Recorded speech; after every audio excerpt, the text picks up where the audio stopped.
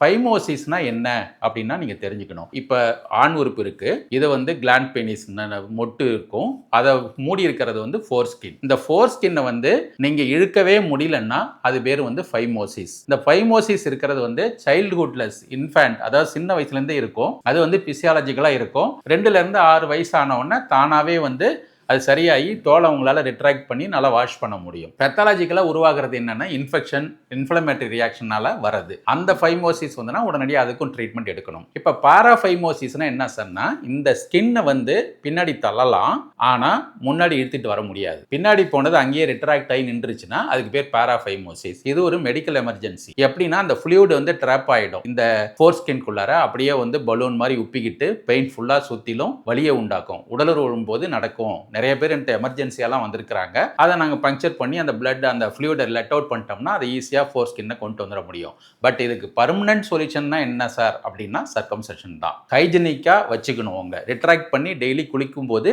நல்லா சோப் போட்டு நல்லா வாஷ் பண்ணிட்டு இருக்கணும். இது கூட பேசிக்காக நிறைய பேர் செய்யறது இல்லை. Daily routine day to day லைஃப்பில் வந்து இது ரொட்டீனாக இதை நீங்கள் க்ளீன் பண்ணுற ஒரு ப்ரொசீஜரை நீங்கள் மைண்டில் வச்சுக்கணும் குளிக்கும் போது.